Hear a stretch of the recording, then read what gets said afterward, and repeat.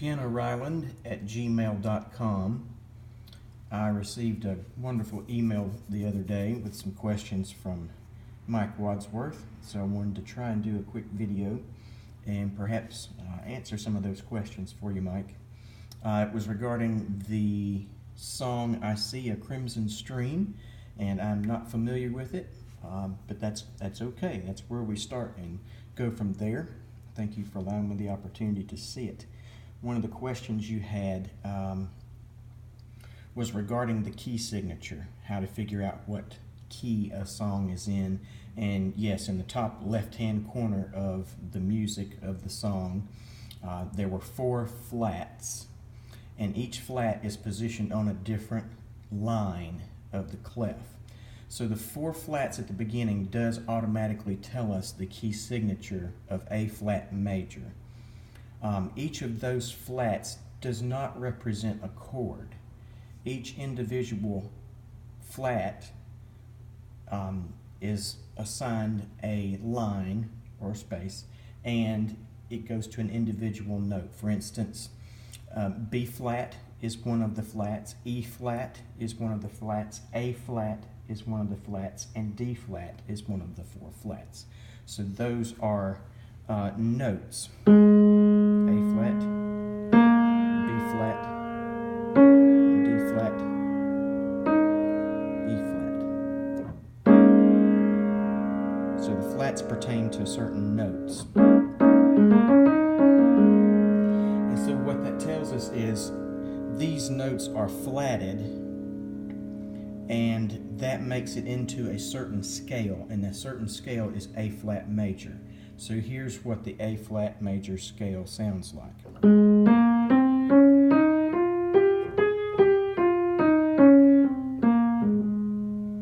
Okay, so that's A flat, B flat, C, D flat, E flat, F, G, A flat. You said you only saw 3 flats in the song, and I'm guessing that you meant 3 chords, because you had mentioned A flat, then D flat, and then E flat. And those are chord names that are written above the words and the notes in the music for that hymn. And yes, they only denote, for simple format, an A flat chord, a D flat chord, and an E flat chord. Most songs in simple format use 3 to 4 major chords in them, and this one, the 1 is A flat, the 4 is D flat major, and the 5 is E flat major. So a song in simple format has those 3 chords. And that's what they've done here, just to try and keep it uncomplicated. Next question. In the first verse, the word "on" occurs before the line of the first measure. That is correct. So what that means is that first note with the word "on" is what we call a pickup. So each measure that has those lines has 4 beats, okay? And so the numbers, the 4 over the 4, just a quick refresher, the top 4 means 4 beats to a measure. The bottom 4 means that of those 4 beats, a quarter note is the bottom 4. That's what that means. A quarter note gets 1 beat, and then there are 4 quarter notes in each measure. So that first word is what we call a pickup. So that means it steals from the very last measure of the song a beat from the end and puts it at the beginning of the song, at the very top. So that first, if you're counting 1, 2, 3, 4 in a measure, 1, 2, 3, 4, that is a pickup on beat 4. So it starts on the word "on" with beat 4. On Calvary's hill of. And That's part of your next question was, the pickup has 1 beat, which is beat 4, and then it starts with beat 1. Calvary's Hill has 4 beats after it. That is correct. Calvary's Hill has 4 beats in 1 measure. Okay. Then you had in the next comment after the word sorrow, which is in the 2nd measure, Calvary's Hill of Sorrow, before the word where. Yep, that's right.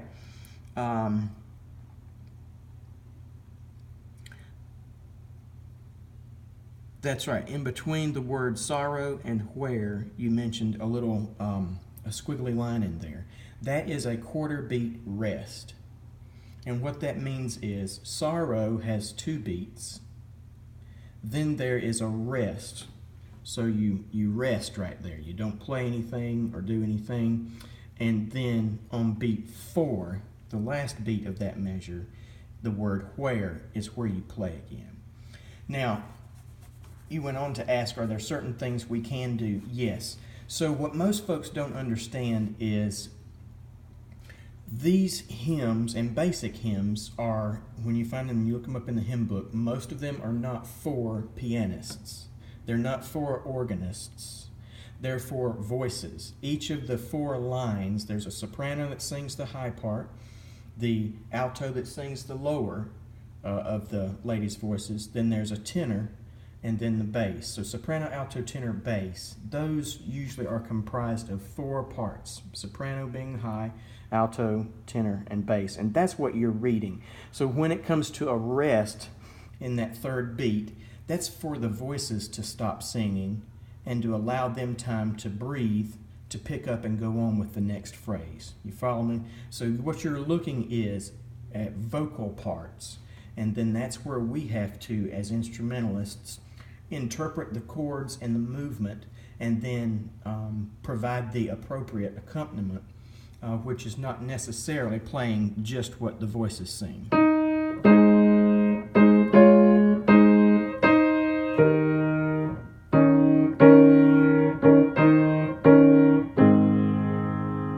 You hear how choppy and straightforward that is? It's because it's written that way for voices. And for instrumentalists, we would come back with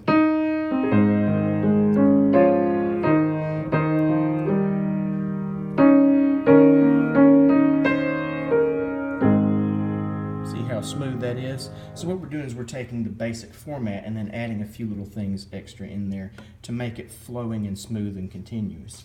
Moving on to your next comment. Oh, let me read and find out back where we were in your email.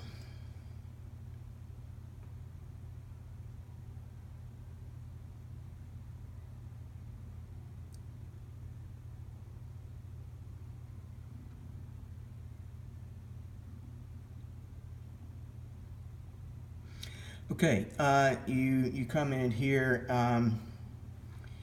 in the videos that you've been watching, understanding correctly where E flat is being played on sorrow. So again, we're back to the first phrase, on Calvary's Hill of Sorrow. E flat is being played on sorrow. That's correct, E flat chord. And the next chord on paid that we come to is A flat major. Yes, you do have that correctly. And you're asking, could I hold the E flat for 4 beats, then go up an octave, and play the E flat again as a fill? Are you understanding that correctly? Yes, you are understanding that correctly. Very good, Mike. That's exactly what you need to be looking for. On Calvary's Hill of Sorrow, so that's a measure, and so we know that it has 4 beats, so you hold that out. And then where sin's demands were, that's also 4 beats. So you have 4 beats and 4 beats put together, so a measure of 4 and a measure of 4. So yes, you could do a chord down on the first E flat and then go up the keyboard and do another chord up there or another type of fill. Very good. You'd mentioned the walk-ups. We're running out of time quickly here. There are many, Mike, there are different kinds of walk-ups. I'm not really sure which one or ones you're asking about. The walk-ups that I put in, can they also be played as a fill, or are they just used at endings of verses before the chorus? It depends. You can use them in different places, but different walk-ups are designed for different things. You're exactly right. If we're at the end of a verse and then the chord changes and goes to like a 4 chord, so